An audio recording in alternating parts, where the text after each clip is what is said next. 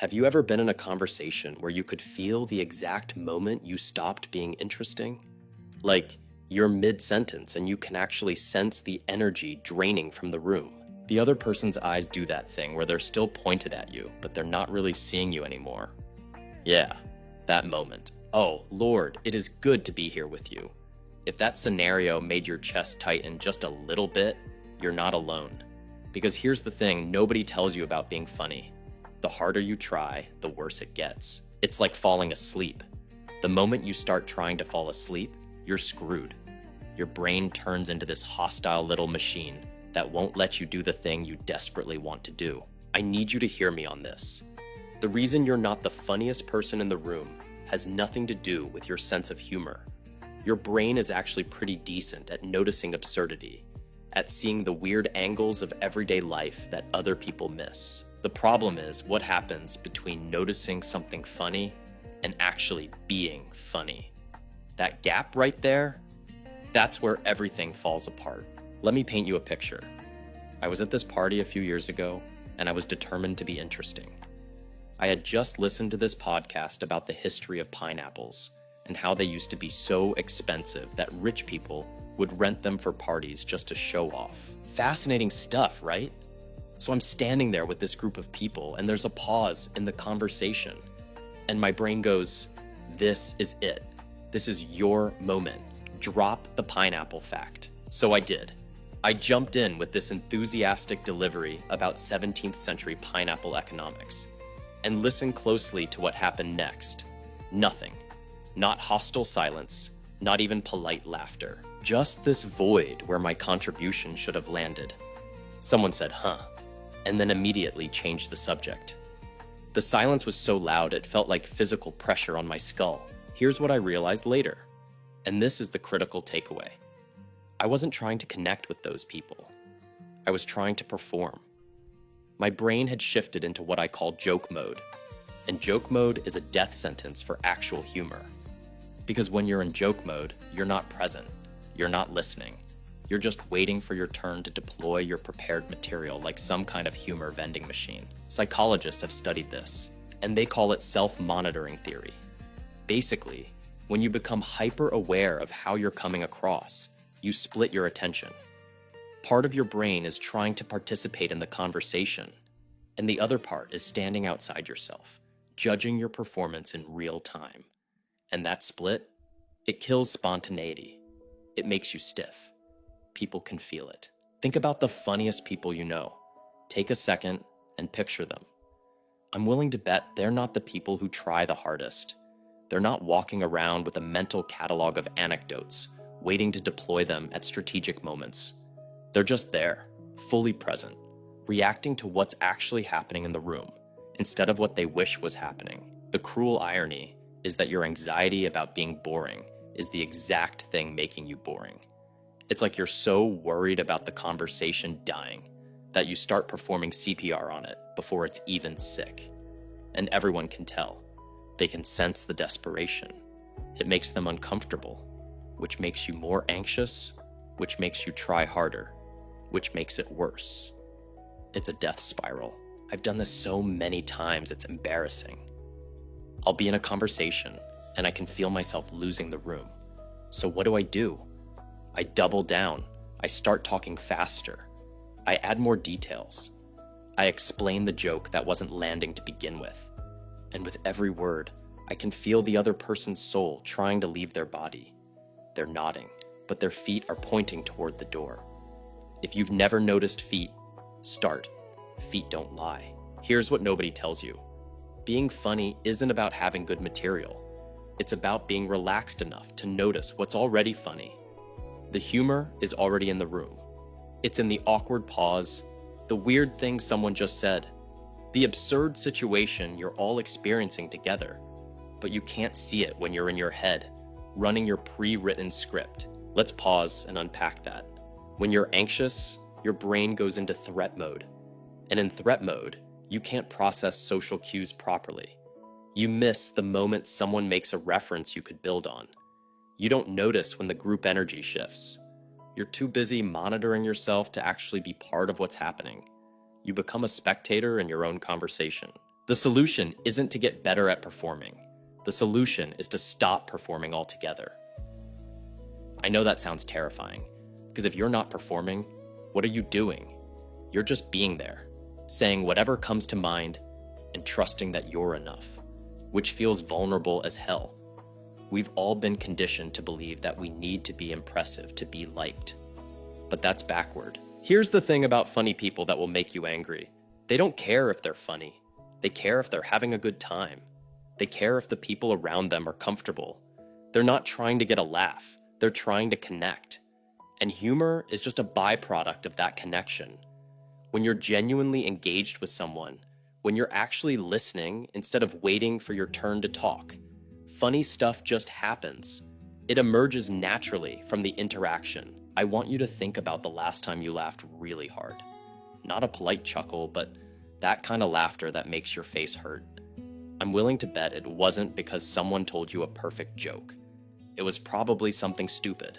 Someone mispronounced a word, or you both noticed something absurd at the same time, or you were both so tired that everything became funny. It was spontaneous, unplanned, real. That's what your brain is stealing from you when it goes into joke mode.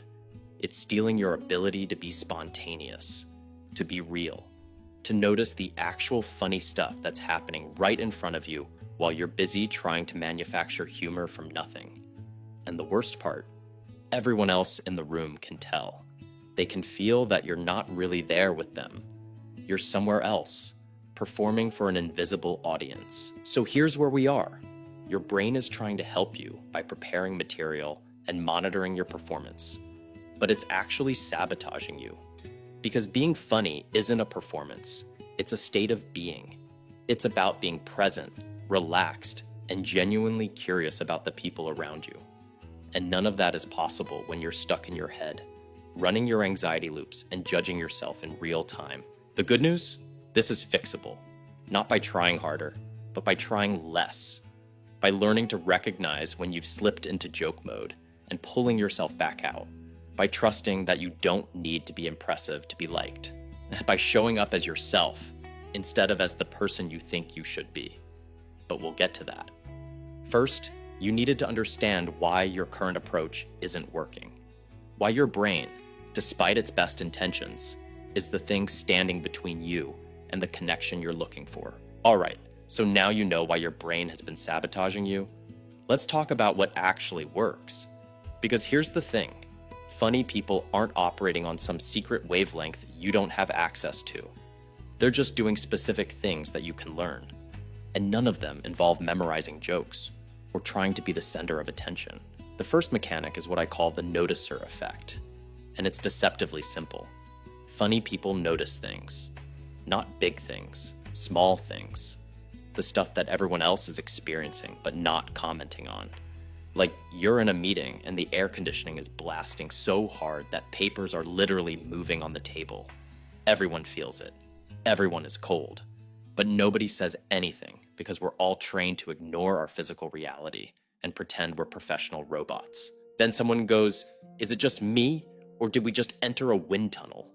And the whole room exhales because they named the thing everyone was feeling. That's not a joke. There's no setup, no punchline. It's just an observation. But it breaks the tension and makes everyone feel seen. That's the magic right there. I need you to understand this distinction. Most people think being funny means creating humor out of nothing. But that's not how it works. Humor already exists in every situation. It's in the gap between what we're pretending is happening and what's actually happening. Funny people just have the courage to point at that gap. Here's where it gets tactical. The reason this works is because it creates instant connection. When you notice something and say it out loud, you're essentially telling everyone else, "I see what you see. I'm experiencing this the same way you are." And that feeling of being understood, that's what makes people laugh. Not because your observation was particularly clever, but because you made them feel less alone in their experience. Let me give you a real example. I was at this networking event, which is already hell on earth, right? And there was this moment where the speaker asked everyone to turn to the person next to them and share their biggest professional challenge. You could feel the collective dread in the room.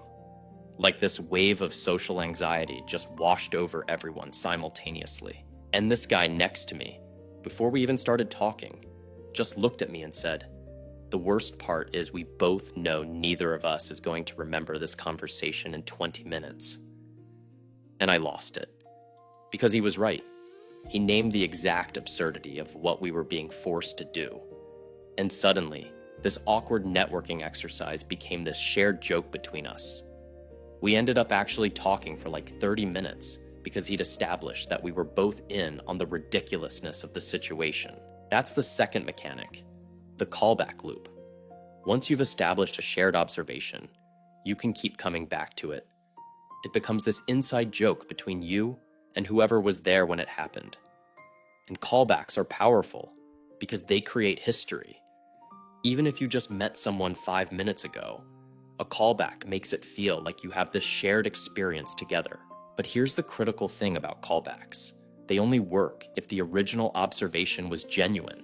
If you're forcing it, if you're trying to manufacture an inside joke, people can tell. It feels desperate. The callback has to emerge naturally from something that actually happened. Something you both actually noticed and acknowledged together. Now let's talk about the thing that trips everyone up, self-deprecation. Because self-deprecation can be incredibly funny, but it can also make everyone in the room want to crawl out of their skin. And the difference between the two is honesty. When you make fun of yourself honestly, when you're actually acknowledging a real flaw or mistake, it's relatable. It's human. People connect with it. But when you fish for compliments with fake self-deprecation, when you say something like, "I'm so stupid," in that tone that clearly wants someone to contradict you, it puts everyone in an awkward position. They have to choose between letting your statement hang there or doing the exhausting work of reassuring you. Either way, the vibe dies. Nobody laughs because everyone is now managing your emotional needs instead of enjoying the conversation. Here's how to tell the difference. Honest self-deprecation sounds like, "I spent 45 minutes yesterday trying to open a door that said, 'pull,' before I realized I was pushing." That's specific. It's a real thing that happened. You're not asking for reassurance. You're just sharing a moment of human stupidity that everyone can relate to. Fishing for compliments sounds like, "I'm just terrible at everything. I don't know why anyone talks to me." See the difference? One is a specific observation about a specific moment. The other is a vague plea for validation. One makes people laugh. The other makes people uncomfortable. Let's pause and unpack the timing thing, because this is where people get tripped up. They think timing is about waiting for the perfect moment to drop your line. But that's performance thinking again. Real timing is about rhythm. It's about feeling when the conversation has space for your contribution and when it doesn't. Think of conversation like a song.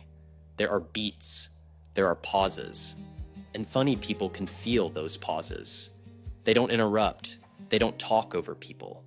They wait for the natural gap, the moment when the group energy is ready for something new, and then they drop their observation. Not because they planned it, but because that's when it fits. I see people mess this up constantly. They have something they want to say, and they're so focused on saying it that they miss the rhythm entirely. They interrupt someone mid-story, or they jump in too fast after someone else finishes talking. And the observation might be good, but the timing kills it. It feels forced. It breaks the flow instead of adding to it. Here's the practical application. Next time you're in a conversation, I want you to try something. Don't think about what you're going to say next. Just listen. Fully listen. Pay attention to what people are actually saying and what they're not saying. Notice the room. Notice the vibe. Notice when someone makes a reference that you could build on. Notice when there's a natural pause. And here's the hardest part. Trust that you'll have something to contribute when the moment comes. You don't need to prepare it. Your brain is already doing the work. It's already noticing the absurdities, the contradictions, the funny little details. The problem is you've been overriding it with your anxiety and your performance mode.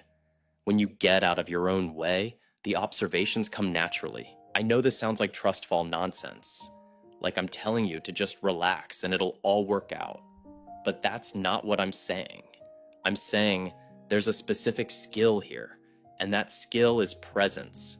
It's the ability to be where you are, noticing what's actually happening, instead of being in your head worrying about how you're coming across. The funny people you admire aren't funnier than you. They're just more present than you. They're not running performance anxiety loops in the background. They're actually in the room, experiencing the moment and commenting on what they notice. That's it. That's the whole secret. So here's your assignment, if you want to call it that. For the next week, try this. Go into conversations with zero agenda. Don't try to be funny. Don't try to be interesting. Just show up and notice things. Notice what people say. Notice the room. Notice the awkward moments. And if something strikes you as absurd or funny, just say it. Not because you're trying to get a laugh, but because you noticed it and you want to share it. Some of them will land. Some of them won't. That's fine. You're not performing anymore. You're just being human with other humans. And that's where actual humor lives. Not in your prepared material, not in your perfect timing, but in the genuine, messy, spontaneous moment of noticing something together and acknowledging that you both see it. That's the invisible mechanic. That's how funny people actually work a room. They just show up and pay attention.